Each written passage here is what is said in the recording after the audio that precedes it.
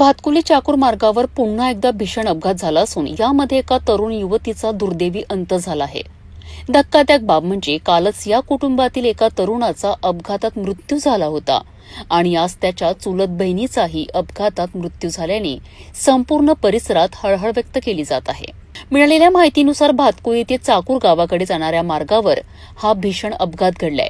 खुशी साबळे असे मृत युवतीचे नाव असून ती कानफोडी गावची रहिवासी होती। कापसाच्या जिनिंगमध्ये जात असलेल्या एका भरधाव ट्रकने खुशीला चिरडलेत, ज्यात तिचा जागीच मृत्यू झालाय। 2 दिवसांपूर्वी खुशीच्या चुलत भावाचा अपघातात मृत्यू झाला होता।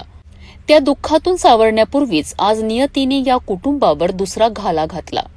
अवघ्या 2 दिवसात एकाच घरातील 2 तरुण मुलांचा अपघातात अंत झाल्याने साबळे कुटुंबांवर दुःखाचा डोंगर कोसळला असून संपूर्ण कानफोडी गावावर शोककळा पसरली आहे। भातकुली मार्गावरील वाढती अवजड वाहतूक पुन्हा एकदा निष्पाप जीवांच्या मृत्यूला कारणीभूत ठरत असल्याचा संताप स्थानिक नागरिकांमधून व्यक्त होत आहे। या भीषण अपघातामुळे प्रशासकीय यंत्रणेवर आणि रस्ते सुरक्षेवर पुन्हा एकदा प्रश्नचिन्ह उपस्थित झाले आहेत। एकाच कुटुंबातील 2 चिराग विझल्यामुळे परिसरात संताप